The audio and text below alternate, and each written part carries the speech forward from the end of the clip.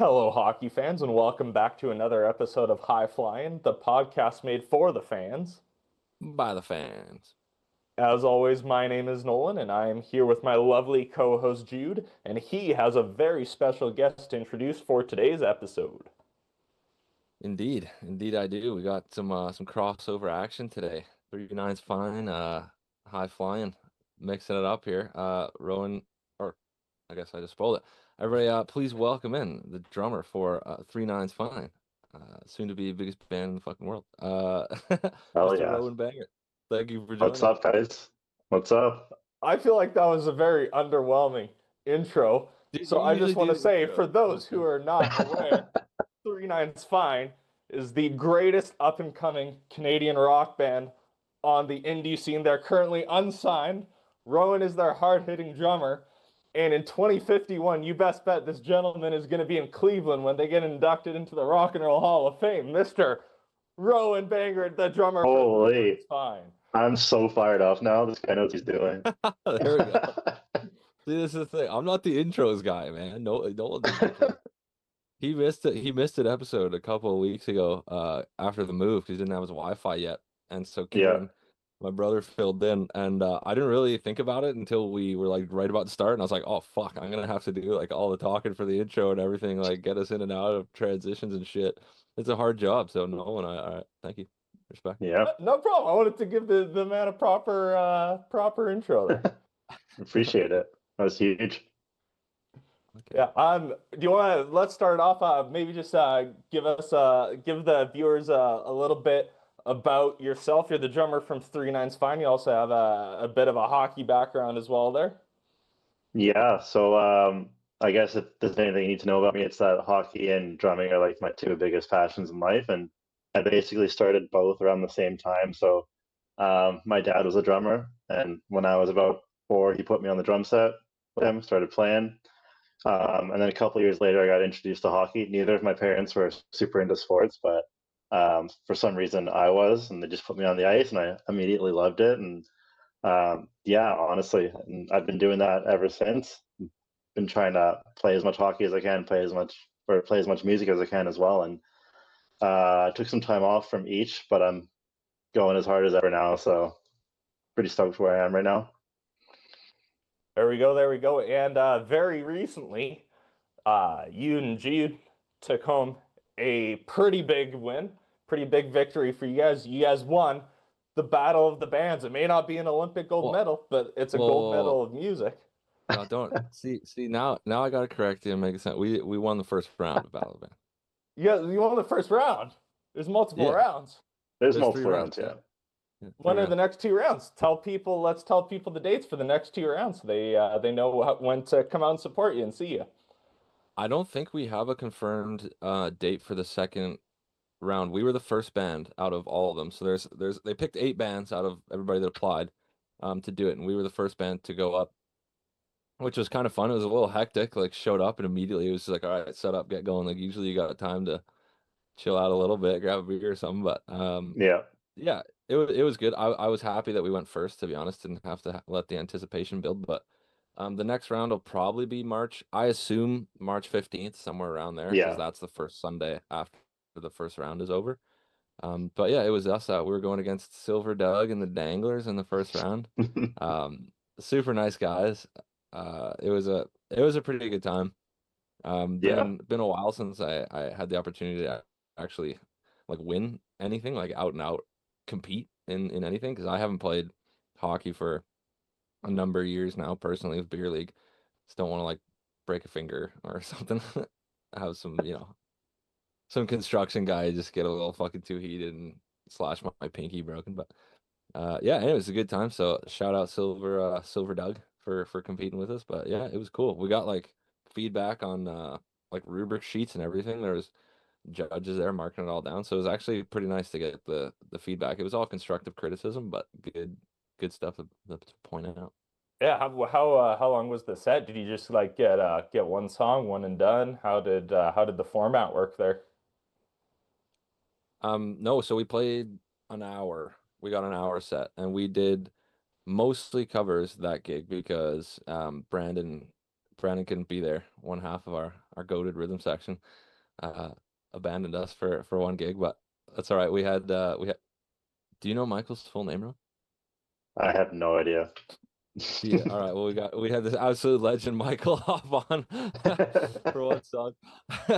He was a beauty though. He learned the whole set in like a week, and so we Yeah, couldn't do a ton of originals because it's hard to have ask a guy to learn a bunch of songs that you can't listen to, really. So, but yeah. yeah, it went well. We got a pretty good scoring overall, and yeah, There you go. You went won the pretty good. first round. I'll still count that as I'm manifesting. If I can manifest you guys showing up in Cleveland in 2051, I can manifest a Battle of the Bands win. Now I've talked a lot about music in the process with Jude. Of course, spent a lot of time with him. But do you have any routine or kind of superstitions, Ron, when you're preparing for a gig? Do you prepare for a regular gig differently than maybe a Battle of the Bands where you're trying to annihilate the competition? How do you get in the zone and prepare for a show? So I'm a very superstitious person. Even when I'm preparing for hockey games, always super routine. If I don't have an iced coffee, I'm gonna snap. I'm not gonna have a good game. So, I basically the same thing with the gigs. I have to have my iced coffee. I have to do a little warm up routine, and I have to set my gear up the exact same way. So I'm very picky about how I do things on those days, and it hasn't steered me wrong. So I kind of approach them all the same way right now. And yeah, I've never actually thought about the comparisons between how I treat my hockey and how I treat music, and it's kind of crazy how I take the same approach to both now that I'm thinking about it. You forgot the Coke and booze. Hey. I'm just kidding. Just trolling. That's so funny because I literally like. I mean, I like that we have the same sort of stage set up every time. Like Evan on, I guess, stage right, like me on stage left. That's Yeah. nice to like know, but it's always such a fucking pain in the ass trying to like the last two gigs we've done. No, the stages have been pretty tight. So like figuring out where because the bassist is always well, I shouldn't say the bassist. But you and Jude and Evan can be quite mobile as well. Do you find it harder to kind of generate that if you have a smaller stage? I don't think it's the stage that matters. Like you can make any stage work. I think it's more feeding off of each other and what the vibe is. Like I know for that Battle of the Bands, everyone was getting super into it. Like even the bass player we had was getting super into it, and that just fires me up and gets me going. But then again, there's gigs where if the audience isn't feeling it, no one's moving around, then you're just gonna be less likely to get in the zone and move around. And that's when I'll tend to just look at the ground the entire gig because I'm not getting into it. But that was the exact opposite for Battle of the Bands. Everyone was into it. It's pretty sick.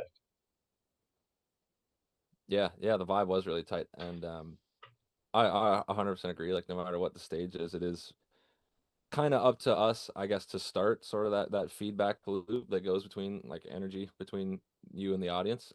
Because obviously, if you're not up there looking confident and like you want to be there having a good time, the audience isn't like they're just gonna be like, "Oh fuck, this is cringe," and then they're not gonna want to participate. But yeah, it Yeah, is.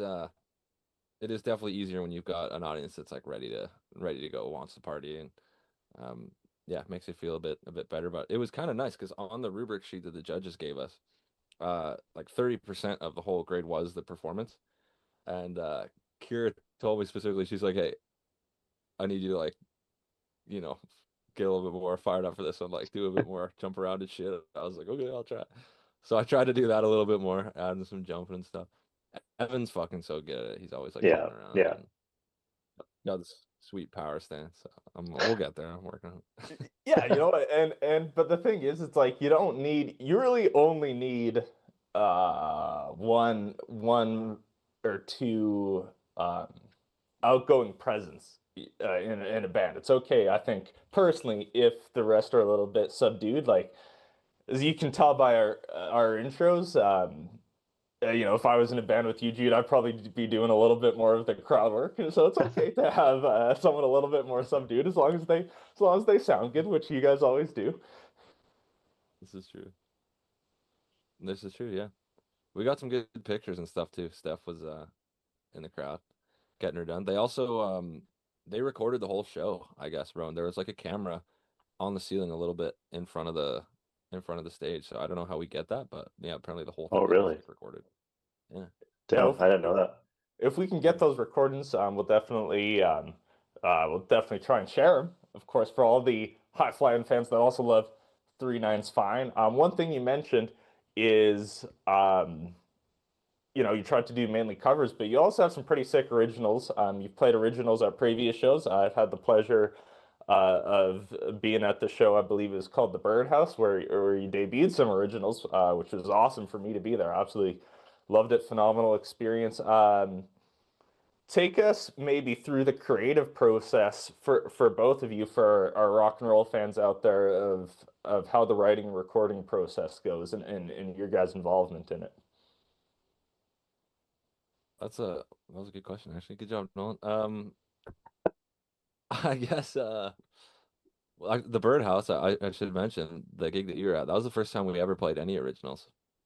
Yeah. So that was pretty cool. We've got quite a bit more done now, a couple more to get done, but creative process. I guess I don't really think I have one sort of like repeatable process that I go back to. Usually like any song that like most of the songs we have right now, they're all like super collaborative. Everybody's been a big part of all of them, but most of them have started with an idea I've brought in, and generally it's just like I do I like practicing, but I have more fun, I think, just like picking up a guitar and kind of going for it and seeing what'll come out. And generally, most of the ideas sort of just flow from that. If I'm playing for a couple hours, you just like having a good time, and eventually I'll be like, oh, what was that? Like that's kind of cool. And then you try and flesh it out a bit more. And musically, Evan and Brandon are fucking awesome to work with in that respect, because they always will um, come up with really good ideas like on top of that, or bring in great ideas too that we can build off of. And yeah, most of the lyrics will be, or have been anyways, like Kira and I to this point. Again, she's great. I really like her style, and we aren't afraid to, I guess, tell each other whether we like or don't like ideas, which can be scary when you're, if you're not comfortable with somebody. But yeah, it's been, I guess, a year and a half now, which is kind of wild. So I guess I'll pass this one on to Rowan, because I don't know a fucking thing about drones. I don't either. I don't know why I'm here. No. In terms of writing, like obviously I don't write entire songs. I have tried. I'm horrible at them and they turn out like crap. So it's mostly just drum parts for me. The way I approach drum parts is obviously in terms of 39's Fine. We'll get like the guitars and vocals usually first, and then I'll hear it in the studio. They'll play it for me, or recording or something like that, and then I'll just take it to the lab, which is my parents' basement, with all my drums, and I'll sit there for a few hours and try and come up with something. It's super easy for me to come up with drum parts, but I like to challenge myself and be as creative as possible and give myself a headache and try and write the most ridiculous drum part there is known to man. So I like to push myself that way, and I think that just comes down to the drummers that I've been influenced in the past. So I'm a huge metalhead, and that's probably my biggest inspiration drumming wise. And I know that's kind of not what we're going for with 39's Fine, but I find that I can take some of those applications and put them into these songs, and it completely changes the vibe of the song. So if you've listened to any of the originals, like you've heard, they could all easily just have super simple drum parts, but if you really listen to them, like what I'm doing is pretty complex, and I think it changes the entire vibe of the song. So yeah, when it comes down to like writing drum parts, I definitely say that I like to be as creative as possible and just take my time with it and push myself and learn, basically. Yeah, and we're lucky for it. I think that's one of the cool things about our band, is that we have enough overlap in terms of musical taste, but everybody definitely has their own stuff that they are super into and listen to on their own time. But when that comes together, like you're saying, like we've got, a jazzy tune, like a song starts with like a country riff, and then like a couple out and out rockers, and Yeah. yeah, you could be like basic on them and just like kind of do what people would expect, but that's not fun, So Yeah, yeah, exactly. we're lucky in that sense. Well, there you go. What You transcend I don't know all if genres. That's the hope, I guess. I don't know. Well, Yeah. for me, like obviously I'm listening to more classic rock than anything else. Um, and if you take like even like Zeppelin, for example, any of their albums, it's not like one kind of thing, just over and over and over. Like there'll be acoustic songs, like super bluesy songs, heavier songs, and it kind of like runs the gambit. So I tend to like albums. I listen mostly in albums, and I like ones that have lots of different sides and have like some good versatility. Not always, but I don't know. I think that has kind of come out in our music with how sporadic our genres are. Well, there you go. We have a little insight into the creative process. And what I want to do is I really want to highlight you, Rowan, for those who may not be as familiar with you, for those fans of the show. So I created a little quiz. We get to learn the core of the man behind the stick. So it's only six Oh boy. questions, super straightforward questions. Depending on your answers, you will likely be judged heavily. Um, um, but just be honest. Answer with whatever comes to mind. Top of the head there. So we'll get it Okay. going. They're not too hard to think about. First question, you mentioned you got yourself into the sport of hockey. Essentially, what is the National Hockey League team that you support? Oh my gosh. Talk about being judged. Um, I'm a lifelong Leafs fan, unfortunately. Okay, so you are in the Yeah. same boat with myself and Jude that we will never see a Stanley Cup in our Oh yeah. lifetime, at least not in the Gary Bettman era. So we're all in the No. same boat. Yep. Yep. Yeah, there we go. A bunch of Canadian team fans. Yeah. And none of us are in the playoff spot this year, so that's awesome. We get to share in each other's misery. Love it. Love it.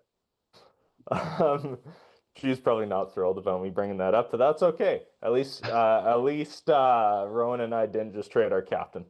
Yeah, what Shots can fired. overcome? It's all good. Bro, you're talking shit. Winnipeg was trying to be good too, and they're like third last in the league, so I don't know what you're talking about. No, that's okay. We need defense. We need Keaton Verhoff on our team. I don't know who Toronto needs. I feel like Rowan's probably in the worst position in terms of Oh yeah. turning the franchise around here. We've been rebuilding for 15 years, man. But I They'll get a digress. haul for Matthews. Yeah, Um, a uh, haul the size of his forehead. oh shit, there we go. Shots fired. That's okay. Hopefully he's about to lose to Slovakia. I think it'd be cool to see Slovakia in a gold medal game. Yeah. We'll get to hockey in a second. Next question on our quiz. Rowan, what is your favorite Three Nines Fine song to play live? Ooh, of the ones that we've played, I definitely have to say Alibi is my favorite just because the energy is so high. I mean, there's definitely more technical ones that we've played live, but I just think the the vibe that song gives and the audience reception to that one, and especially we played it at the beer shack, and even some of the judges came up and were like, "What the heck was that? We want to record that. Like that needs to be out now." Like that just lights a fire under you even more. So like, yeah, that's definitely the song. There we go, fans. You heard it here first. Alibi, when that comes out, make sure you're hitting the plays on that one. Jude, I guess I've never asked you, do you have, because mine is, I've been very vocal that mine is Fools Like Me, but Jude, do you have a favorite song to play? I know this quiz is about Rowan, but I might as well ask you as well. Um, I guess I'd say Alibi as well. I do really like our slower songs, or like our more chill ones. If I had to pick one of those, I'd probably say Blues Call because we've got three-part harmonies, and I really like that song. But yeah, like Rowan was saying, the energy in Alibi is pretty electric. At our previous gig out at Portside Pub, we actually ended up playing Alibi after Freebird because we started Freebird a bit early. We didn't know if we'd have enough time to get it in, so we did it a bit early. And then we had enough time for one more song, so we did Alibi after that, and the energy like stayed up. People were still like good and receptive, and it felt good. So that was kind of like a good tester, I guess, for me. Like it can go after Freebird and still keep the energy high. Yeah, I was a little yeah. nervous for that, but yeah. That is a fantastic sign whenever you can follow Freebird. And because I've seen 39's final rendition of Freebird, and I'm not being biased when I say this. It is my favorite rendition of that song. It carries so much energy. It's so electric to see live. So that's my absolute favorite version. Next question, Rowan. What is your must-have rider item? Dream rider item. You're showing up to play a stadium show. You hit that green room. What's the one must-have item for you? I mean, that's a good question. I've never even thought about that, but just going off what I said earlier about what I have to have before my games or before my gigs, I guess I just have to be stocked up on the iced coffee before I go on stage. Hopefully it's not a long gig though, because I know the toilet's gonna be calling. But I mean, yeah, I can't live without I can't live without my iced coffee, and I don't know what it is. I've been doing that for years, and it's never led me wrong. So that's probably my answer. But that's a great question. I've never actually thought about that, but I guess I probably should get a list going or something. Yeah, You gotta start preparing. No farmers I wraps for a know. gig. Do you go What's that? homemade? Do you go homemade, or do you have a restaurant that you like to procure the iced coffee from, or are you just making your own there? For the most part, just homemade, but I do like to go to the local coffee shops and support local when I can. But yeah, for the most part, just local. There you Or go. sorry, homemade. Yeah. Next question there. You mentioned you got a pretty heavy metal influence with your drum, and doesn't have to be a metal drummer, but who's your drum hero growing up? Who walked so you could run? That is a really great question. I've been influenced by so many different drummers. Growing up, I was into classic rock and rock. I actually went to college for jazz, so I listened to a lot of jazz music. Then I somehow ended up in metal and playing in metal bands. So there's been a lot of drummers. I think when I was really starting to take drumming seriously, my all-time favorite goat at the time was definitely the drummer from Avenged Sevenfold, the Rev, rest in peace. But I mean, besides him, there's so many great drummers I could go on and on about. I think one of my all-time favorites is definitely Jeff Porcaro. Just the groove is unmatched, and there it is. Steely Dan, baby. Yep, Let's there we go. go. Steely Dan. There we go. Can't beat it. No, can't beat it. Yeah. I definitely say those two names though. It's super. They're not like completely different ends of the spectrum, but that's what I like to do. I'll take those two influences and sort of smack them together and see what I can get for these 39's Fine songs. So Well, there you go. Next question. You probably don't know who this is, or maybe you do know who this is, but we have a friend of the show. He likes to come on sometimes. I believe he's our only guest that's actually been on multiple times. His name is Gage Gammon. He's kind of our NHL inside analyst. He gives us all the reports. And we like to poke fun at him a little bit. And normally it's his fandom of the Minnesota Wild. Today it's going to be his music taste. So this next question is for Gage. I'm very curious where you rank this gentleman, because I know Lars Ulrich's answer to this, and I want to see if you guys match up. So this is a fill in the blanks, okay? There's a fill in the blank. Phil Rudd is a top blank drummer of all time. You're gonna be hurt. I No, mean, I think. he's one of the drummers of all time, that's for sure. Uh, Murder charges aside. Murder charges aside. I'll put some respect on him. He's a solid drummer. I'll be nice. I'll say like top 50. I'd say. Okay, that's fair. You don't match up with Lars quite as much in an interview. He had him in his top four, so that's kind of what I was hoping for. But top 50 is pretty good. If you think of all the drummers that have ever lived, I'll take top 50 for sure. Yeah. Next question. This one's going to put you on the spot. I'll go. If you don't want to answer, you got to take a shot or something like that. Favorite member of 39's Fine, not including yourself. We're playing favorites here. Why you got to do that? We were having a good time. I think there is a safe answer here, but I want to know who you're picking. There isn't a safe answer because I got to go see everybody tomorrow night. So, I don't know. They're all such great people, and I'm being soft now. But favorite member, I don't know. I've known Kira the longest, so I'd probably say we have the deepest friendship out of all of them because I met everyone else significantly after her, and she started the band and brought everyone together. So, in that respect, I'd probably say Kira, but I don't know. I can't answer that question, man. Okay, that's a good answer. I thought you were gonna go Brandon, just the other half of the rhythm section there. I feel like that's I pretty. mean, if he showed up for the gig, maybe. Oh shit! We know who. Yeah. We know if we change favorite to least favorite, we know the answer to that one. He shows up. He shows up to gigs like Jude shows up on time for podcast recordings. Okay, last question. We're gonna take some heat off of you. There's no hard feelings, no wrong answer. Favorite member of the high flying crew? Ooh, I mean, I'm gonna say Jude because I know him the best, but from what I'm hearing, I think you guys are all beauties, so can't go wrong with any of you guys. Oh, thank you, thank you.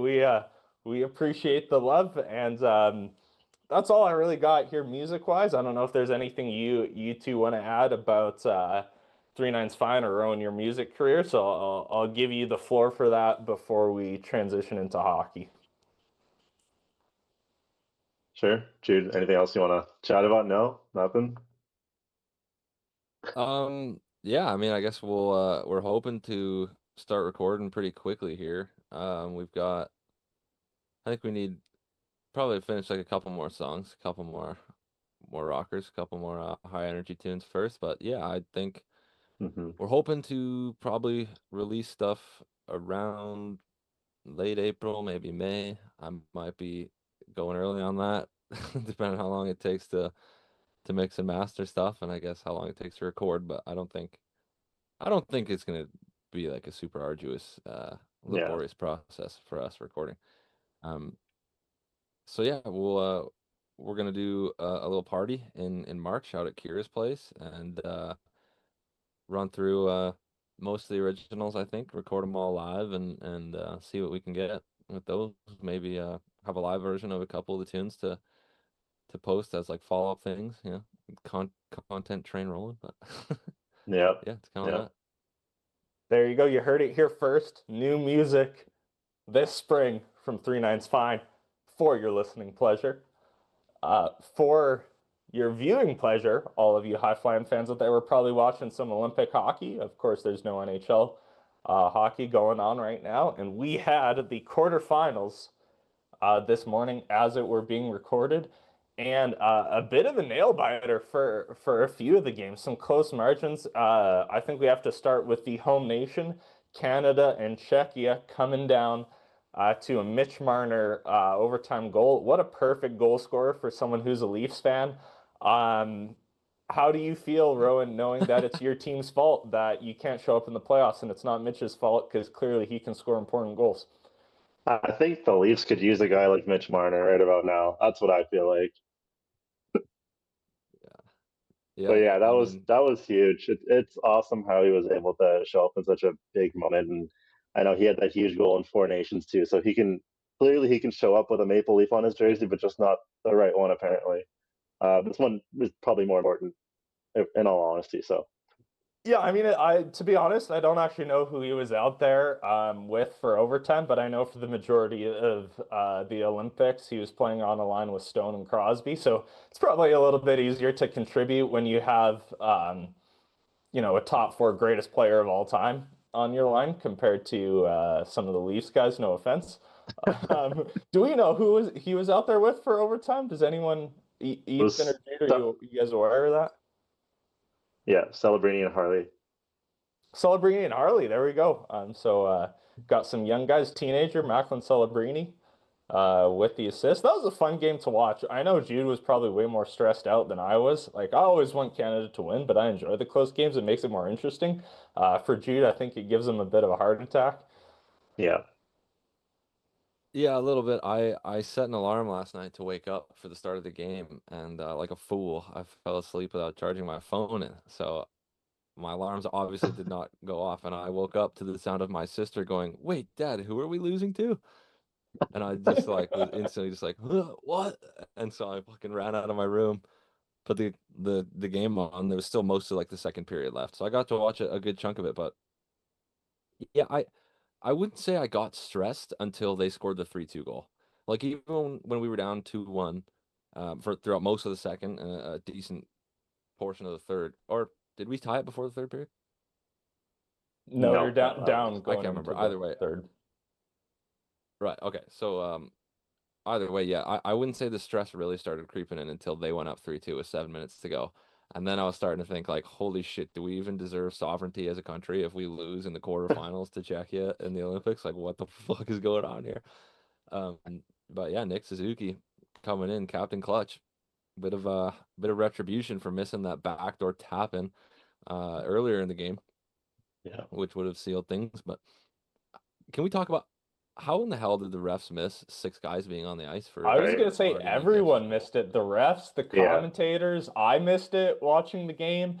The players missed it. Like in an interview after, Nathan McKinnon said he caught it, but there was no uproar or protest from the Canadian bench at all. It seems like everyone on the planet missed it. Yeah, absolutely insane. But I do feel it's a bit more egregious for the refs to miss it, given it is legitimately their job I to be agree. not missing shit like that, especially when it's in, such a heated moment and could Did you cost guys a country how much? did you guys hear what the Czech coach said after the game? I didn't know. He said it felt like his team was playing against six players their game, which is super ironic because they actually had six players. I wonder if he knew. I wonder if he knew He had saying to, that. right?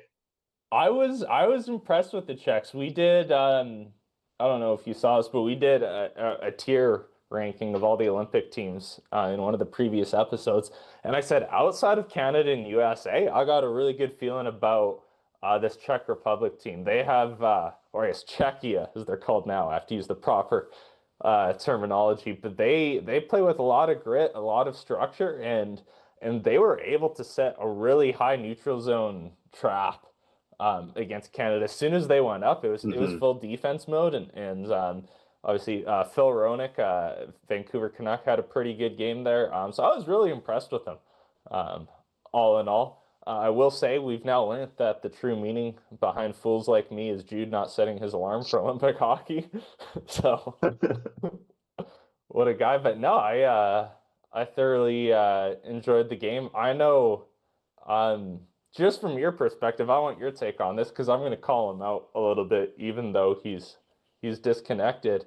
Our group chat was popping off, and Jude was had some choice words for Radko Gudas. How do you feel about how that all shaked out? Because from my perspective, I just kind of look at that's an unfortunate hockey play. There's nothing malicious behind it. Gudas's job is to finish his checks, and Hmm. he does that just like Canada has Tom Wilson, and obviously Gudas has a bit of a Hmm. reputation about him. But to me, he's one of those guys where if he's on your team, you love him, and if he's playing against you, you want him on your team for those kind of reasons.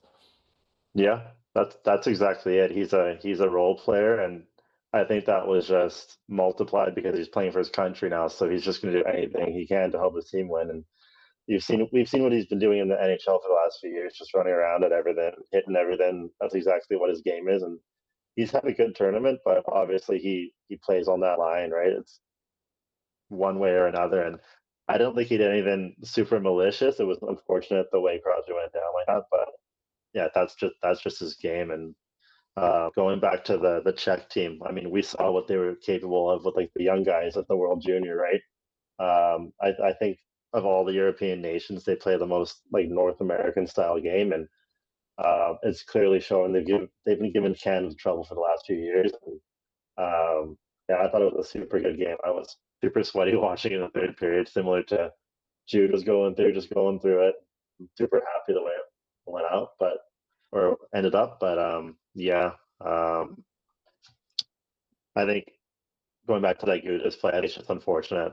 Same thing sort of with that Tom Wilson play on Fiala, right? It's just unfortunate. It wasn't on purpose. It's just bad bounces here and there, and that's the way it goes sometimes. But yeah, Yeah, I agree 100%. You know, it's just hockey plays, and you never want to see people get injured, but that's the state of any professional sport, especially if it's a contact one. Injuries can happen at any time. I just want to say too, like I know we're all supporting Team Canada here, but I just want to give a shout out to the Czechs for the circumstances as well. Like they kind of got torched by Canada in that opening preliminary game. The shots were actually a lot closer, and the scoring chances were closer in that game than this one. But the scoreline didn't reflect that, and the fact that Canada had the extra couple days of rest in Czechia had to play back to back. Good on them for keeping it within one goal. You know, we move on to playing Finland. How are we feeling about the Finland matchup? Personally, I think the huge thing for me is Jordan Binnington proved once again that he's big game Binnington, as I will call him. He silenced all the haters, all the doubters, including our own Jude Wessel. I had him as the number one guy going into this tournament. I just want that on record. Jude did not have him on the team. So I just based off of the top end talent on our roster, the McDavids, the McKinnons, the Marners, and the fact that Bennington is having a fantastic tournament so far, I feel really good going against Finland. But there is that side to it as well as that on paper, the Finns have a little bit more elite talent than Czechia did, and they kept us to one goal. So how do you guys feel about this semifinal matchup?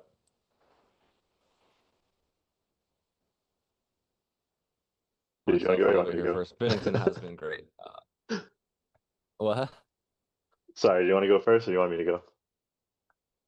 I'll I'll go here just to defend my honor a little bit. Okay. Bennington's been great. He's been great. I'm no qualms at all. Especially like at the end of the game today, I think he might be the first star of that game because even in overtime, there's a couple of plays where Czech guys were bearing down with little to no defense on him, and he stood in tall. So full respect to Bennington. Obviously, I want him to do well because if he does well, the team has a much better chance. But I think they also would have been fine with Logan Thompson. But yeah, no one was unwavering in his support of Bennington, so I got to give him that. But Finland, Sorry, I just want to say, what did I tell you? I'm I know goaltending, whether it's Connor Ingram being a starting caliber goalie, whether it's Calvin Pickard saving shots like a sieve saves water, or whether it's Jordan Bennington. I know my goaltending. Go ahead.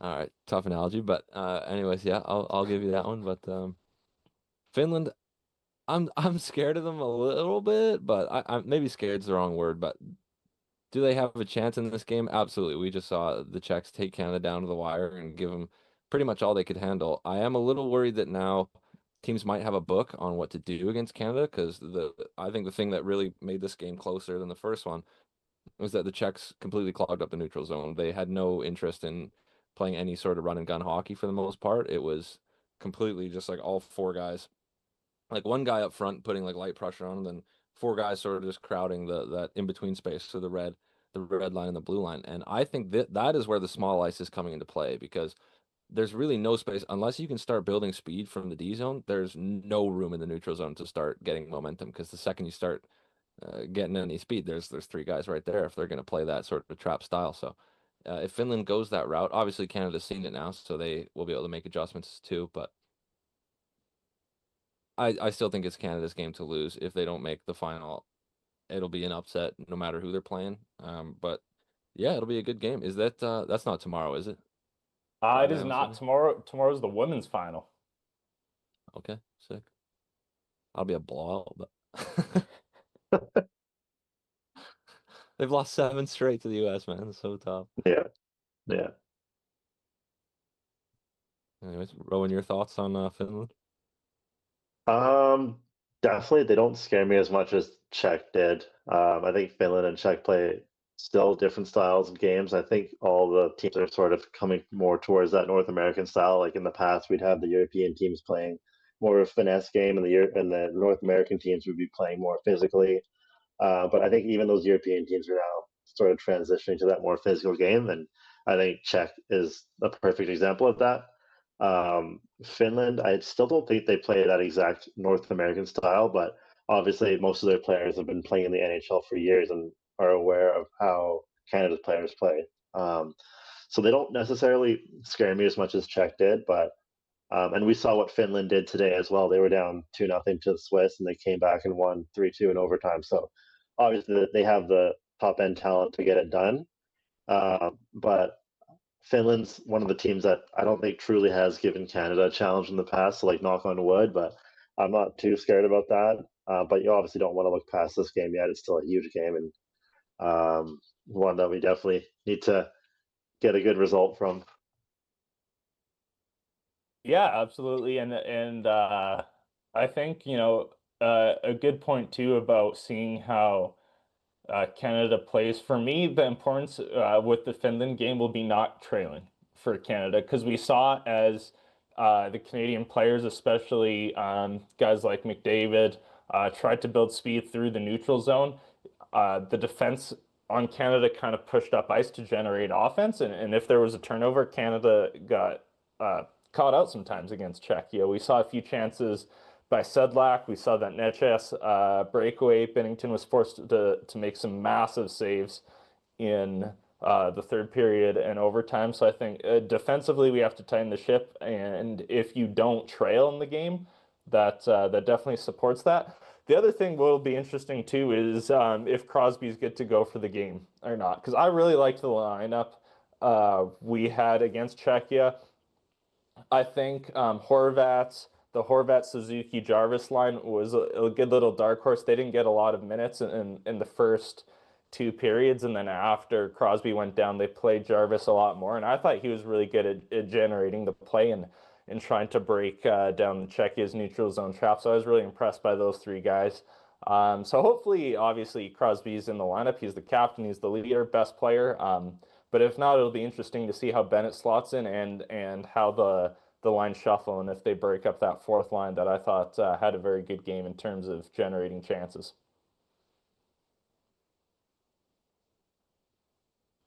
I believe I heard my mom say that Crosby was not going to return, but I have not double checked that. Hopefully she's wrong. Or I just tried to look it up right now, but there was no definitive updates online. So we'll see what happens. That is about as big a loss as you can get on the ice and in the locker room.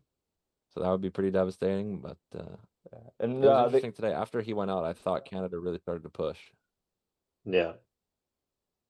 and what I was hearing too, I don't know to what extent, but I'm hearing Nathan McKinnon is not 100% as well. Of course, it didn't stop him from scoring the goal, so hopefully for Canada he does get to 100%, and that'll make him even more dangerous. And I believe Josh Morrissey skated as well. I don't know if they're expecting him to return at all for this tournament. Nothing against Travis Sanheim, but I would or Thomas Harley, whichever one of the guys you want to take out. But I feel a lot more comfortable with Josh Morrissey in there. But just some injury updates. The cool thing about these Olympics, though, the way it's shaken out, the four teams in the semifinal, we've only seen this at one prior Olympics, these four teams in the semifinal together, and that was Vancouver 2010. So hopefully history repeats itself result-wise. Yeah, I'd have to concur. I did not expect Slovakia to be here. I'll be honest. They've got a good squad, but Uri Slavkovsky just turns into a fucking Wayne Gretzky when it comes to Olympic time. MVP in 2022, and he's gunning for it again. So hopefully Well, they can knock any off. international hockey, you're referencing the World Championships there. Um, or No, no, was that Olympics? Oh, he yes, was you're the right. That was MVP in Olympics. Yes, 2026. you're right. Yeah. I stand corrected. Yes, that was the Olympics. Beijing. He looked good. Indeed, he did. Probably locked up number one pick with that tournament. But yeah, hopefully they can knock off the big dogs in the U.S. I was hoping Sweden was going to be able to do it, but they looked like absolute shit today. Yeah. No Victor Hedman at all. Injured themselves in warm up, and then Sweden just looked sluggish all tournament to me, which was a little bit shocking. I mean, not for one particular player. I was expecting to see that, as we've seen the last 2 years, but some of the other guys, they just like not a lot of offensive spark. Nylander, I thought was pretty invisible most of the of their games that I watched. But what are you gonna do? No medal for you. You know what? And I think there may be a little bit of an advantage, not on paper, but emotionally for the European teams that don't have NHL heavy rosters like Czechia and Slovakia. Even Germany was looking really good until they got torched today by Slovakia. But I think it gives those European players that wherever you're playing, whether it's in the DEL or the National League or Liga, this is the biggest stage they're ever going to play on in their career. For NHL guys, it's kind of like this equaling to a Stanley Cup final if they're fortunate to make it there. But for the European guys, Olympic gold is definitively the biggest stage they're ever going to play on. And I think that's a really good emotional catalyst for those non-NHLers to elevate their game. And maybe we're seeing that a little bit with Slovakia outside of the Slavkovsky effect. Yeah, that's a good point. I hadn't really thought about it like that, but it's true. There's no bigger moment for most of those guys. What would you do you think it's the same level as a Stanley Cup Final Game 7? Um, here's how I would see it. In hockey, this is just my opinion. I could be wrong here because clearly I've played professional hockey. Um, I think the Stanley Cup is the biggest event in hockey. If you can make it to the Stanley Cup Finals, regardless if it's 4 games, 5 games, 6 games, 7 games, you want to win a Stanley Cup. That's to me at least the highest tier of hockey, just because that's what you've been working towards to achieve your whole career. And if you're in the NHL, like that's the guaranteed end goal. With the Olympics, because for the longest time, I believe 1998 was the first year they let NHLers play in the Olympics. And before then, the Olympics had a rule that they weren't going to allow professional athletes. It was just an amateur competition. It was never guaranteed that you're going to play for Olympic gold. Same kind of thing we saw at the past two Olympics where NHLers weren't in it. Um, so because Olympics were never intended to have professional hockey players in them, I slightly discount it. But for me, it's like a 1A, 1B. I do have the Stanley Cup higher, but Olympic gold is right underneath it, just brushing the surface there. So yeah, 1A, 1B, but I would favor the Stanley Cup. Yeah, I have to agree with you. I think anyways. I do think it would be harder to win. Well, there's two ways to look at it for me. I think winning the Stanley Cup would be harder because if you're like, let's take McDavid, for example. He's been the best in the world for the last 5, 6, 7 years, however long you want to go back. Um, hasn't been able to get it done. Has Draisaitl on his team, still coming up short.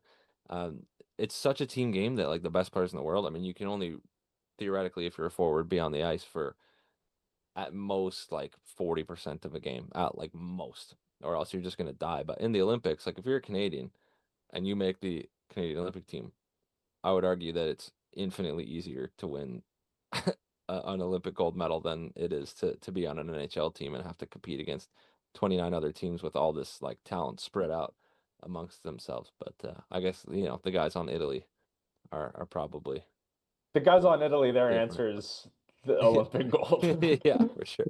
But for three Canadian guys sitting here doing this, I think it is a Stanley Cup. And our producer wanted me to pose the question: would you rather your team win the Stanley Cup or Canada win Olympic gold? Obviously, the three of us have never seen our teams win the Stanley Cup yet in our lifetime. Rowan has a nice collection of Stanley Cups. However, he was not a gleam in his father's eye, as they would say, when those happen. Bill Barilko mysteriously disappeared, as in the famous "Tragically Hip" song, the last time Great song. the Toronto Maple Leafs won a Stanley Cup. I I personally, based on personal circumstances, I think would be different if Winnipeg had already won a Stanley Cup. I would rather see Winnipeg win a Stanley Cup simply because I've already seen Canada win two Olympic golds. I want Canada to win Olympic gold every Olympics, just like I want Winnipeg to win a Stanley Cup every year. But until they do, my answer I think would be to get to experience a Winnipeg Stanley Cup.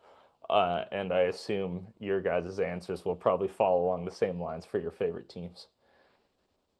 The list of things that I want to happen in my life, uh, above the Vancouver Canucks winning a Stanley Cup is a pretty short list. I'll just put it at that. Probably two things on that list. So yeah, I would trade a million Olympic golds to see the Canucks hoist fucking Lordo. Yeah, I think exactly what you said, Nolan. I've already seen Canada lift the cup, and the Olympic teams are just all-star teams at this point. So I think it's infinitely more difficult to win a Stanley Cup, and the fact that none of us have seen that happen, I think that's just the complete end goal. That'd be the top. Yeah. There you go. Well, we got do we want to keep going into a new meeting or do we want to wrap it up super quick? What do you guys want to do? Um, I probably should get rolling. I've gotta Okay, I'll wrap it up really quick gotta then. walk. No, I got this. I got this. Well, we got the semifinals teed up for the Olympics. Canada, Finland, Slovakia, USA. Personally, as cool as Canada, USA would be, I feel good about the Slovaks. So hopefully Slovakia makes it to that gold medal game and Canada gets to beat them. We were joined today by the hardest hitting drummer in all the lands, future Rock and Roll Hall of Famer from 39's Fine, Rohan Bangert. Thank you for joining us, Rohan. Thanks for having me, guys. It was super fun. Love to come back and do it again. Hell yeah. Thanks, dude.